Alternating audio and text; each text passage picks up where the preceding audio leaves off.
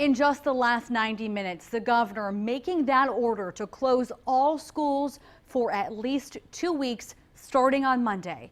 Thanks for joining us tonight. I'm Genevieve Curtis. Governor Roy Cooper announcing the wide-ranging executive order to combat coronavirus.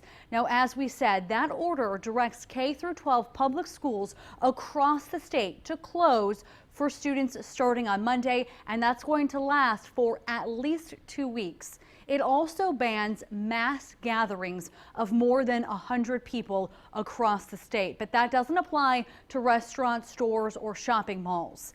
Health officials also wanted to reassure everyone that so far there hasn't been any evidence of community spread in North Carolina so far. Channel 9's Deshaun Brown is breaking down that executive order and what that means for both students and parents. Deshaun.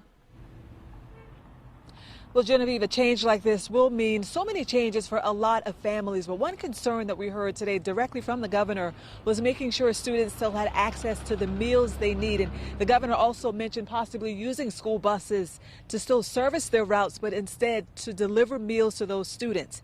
That's an option they're exploring. But for now, here is the big picture. Right now, effective Monday, March 16th, all North Carolina public schools, grades K through 12, will be closed, and this is in effect for at least the next 2 weeks.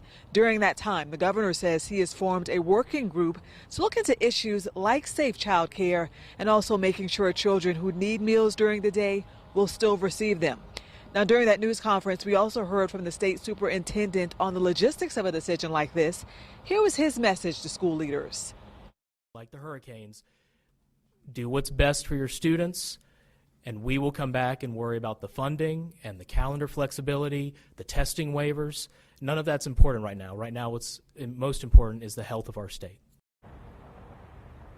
And we have already started reaching out to our local school districts to get more specific details on some of those contingency plans, specific to meals. We are getting that information in as we speak, and we'll update you on those throughout the evening. Genevieve. All right, our Deshaun Brown reporting. Thank you. CMS said in a statement on their website that they are developing plans to address these exceptional circumstances, which include feeding students and continuing learning virtually. They said they're going to be providing more information to staff as they learn more from the state. Again, this just unfolding in the last 90 minutes, so still a lot to work out. CMS told us yesterday they still have a lot to figure out as it pertains to virtual and online learning. They're in the process of working with community partners to make sure that students have access to the internet at home should they need to go forward with virtual learning after these 2 weeks are up.